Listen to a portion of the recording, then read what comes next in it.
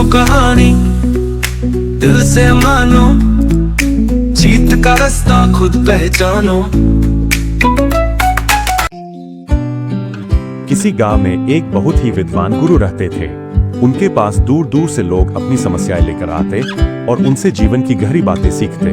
गांव में ही एक लड़का था, आर्यन। आर्यन बहुत तेज तर्रार और होशियार था, पढ़ाई में अच्छा, खेलकूद में भी आगे। लेकिन उसके अंदर एक कमी थी जिसने उसकी पूरी जिंदगी को उलझाकर रख दिया था, गुस्सा।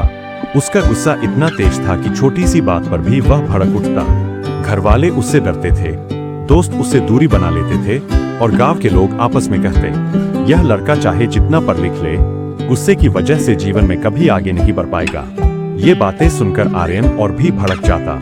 लेकिन एक रात वह चुपचाप सोचने लगा, क्या सच में मेरा गुस्सा मेरी राह का सबसे बड़ा रोड़ा है? क्या यही कारण है कि लोग मुझे नापसंद करते हैं? लेकिन अगर ऐसा है तो मैं इसे रोकूं कैसे? अगले ही दिन वह गुरुजी के पास गया। उसकी आंखों में बेचैनी थी। वह बोला, गुरुजी, मैं जानता हूं कि मेरा गुस्सा ही मेरी सबसे बड़ी कमजोरी है। मैंने बहुत कोशिश की, लेकिन यह मुझसे छूटता ही नहीं है। आप ही बताइए, मैं क्या करूं?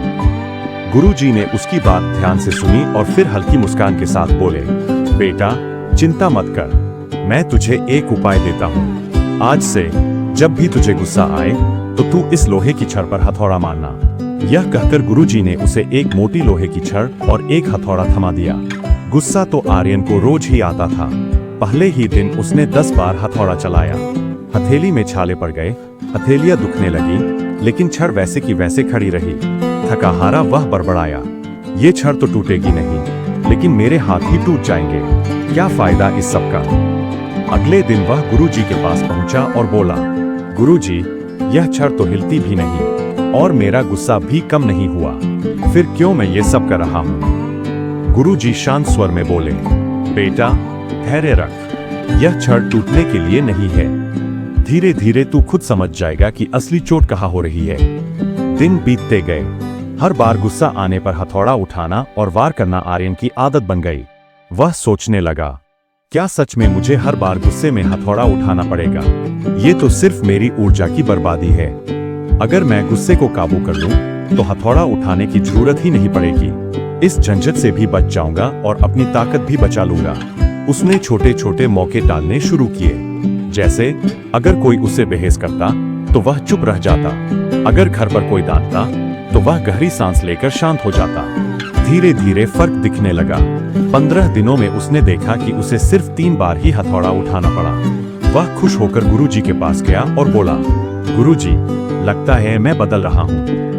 गुरुजी मुस्कुराए और बोले, बहुत अच्छा, अब मैं तुझे दूसरा काम देता हूँ। हर बार जब तू गुस्से को काबू कर ले, तो इस कांच के गिलास में पानी भरना और तब तक देखना जब तक पानी स्थिर न हो जाए। उन्होंने उसे एक पारदर्शी गिलास पकड़ा दिया। अब जब भी आर्यन गुस्से को रोकता, तो वह गिलास में पानी भरता और उस पानी को स्थिर होते हुए देखता। धीरे धीरे उसने महसूस किया कि जिस तरह पानी की हलचल रुकने के बाद उसका चेहरा साफ नजर आने लगता है, वैसे ही गुस्से को शांत करने के बाद जीवन भी साफ दिखने लगता है। 3 महीने बाद गिलास का यह अभ्यास लगभग के बराबर रह गया। आर्यन मुस्कुराते हुए गुरुजी के पास पहुंचा और बोला, गुरुजी, अब गिलास का काम पूरा हो गया है।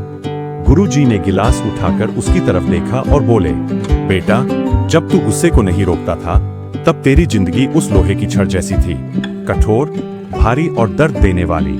उस समय तू परिस्थितियों को साफ साफ देख भी नहीं पाता था, लेकिन जब तूने खुद पर काबू करना शुरू किया, तो तेरी जिंदगी इस कांच के गिलास के पानी जैसी हो गई, पारदर्शी, शांत और संतोष से भरी हुई। आर्यन ने सिर झुका लिया। उसकी आंखों में चमक थी। वह बोला, गुरुजी, अब मुझे समझ में आ गया कि असली ताकत गुस्से में नहीं, बल्कि शांति में है। उस दिन के बाद आर्यन की जिंदगी बदल गई। बच्चे उसे देखकर सीखते, बड़ों को उस पर गर्व होता और परिवार की आंखों में सुकून लौट आया। अंतिम संदेश। दोस्तों, यह कहानी सिर्फ आर्यन की नहीं है। हम सबकी जिंदगी में भी कोई न कोई लोहे की छड़ छिपी होती है। कभी गुस्सा, कभी आलस, कभी झूठ। शुरू में हमें लगता है कि हम इन आदतों को कभी नहीं हटा पाएंगे, लेकिन याद रखिए, अगर आप बार बार धैर्य और अनुशासन से कोशिश करते रहेंगे, तो धीरे धीरे ये आदतें कमजोर पड़ जाएंगी और जब आप अपनी बुरी आदतों पर जीत हासिल कर लेंगे तो आपकी जिंदगी भी एक कांच के गिलास की तरह साफ, पारदर्शी और सुकून से भरी हो जाएगी। दोस्तों, अगर आपको यह कहानी पसंद आई हो तो इसे लाइक और शेयर करें। और हाँ, ऐसी ही प्रेरक कहानियों के लिए हमारे चैनल को सब्सक्राइब करें और बेल आइकन दबाना न भूलें।